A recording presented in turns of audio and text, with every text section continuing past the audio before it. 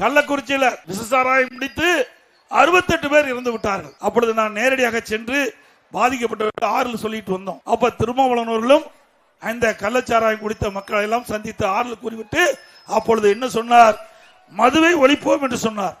அதுக்காக ஒரு மாநாடு நடத்துறேன்னு சொன்னார். மாநாடு நடத்தினார்.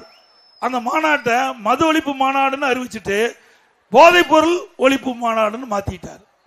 ஏன்னா திமுக கொடுத்த நெருக்கடியில பேரை மாத்தி திமுக நிர்வாகிகளை மேடையில கூப்பிட்டு பேச வைக்கிறார். திருடங்கையில சாவி கொடுத்த மாதிரி. திருடங்கையில சாவி கொடுத்த எப்படி இருக்கு அது மாதிரி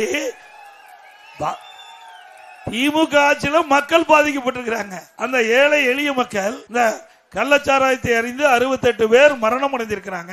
அதை ஒட்டி மது ஒழிப்பு போராட்டம் என்று அறிவிக்கப்பட்டு விட்டு பிறகு அதை போதைப் பொருள் மாநாடு என்று மாற்றி இன்றைக்கு எந்த ஆட்சியில் இப்படிப்பட்ட கொடூரமான சம்பவம் நடைபெற்றதோ அந்த ஆட்சியாளர் இருக்கின்ற நிர்வாகிகளை அழைத்து மேடையில பேச வைத்தால் இதுதான் விடுதலை சிறுத்தையினுடைய நிலைப்பாடு.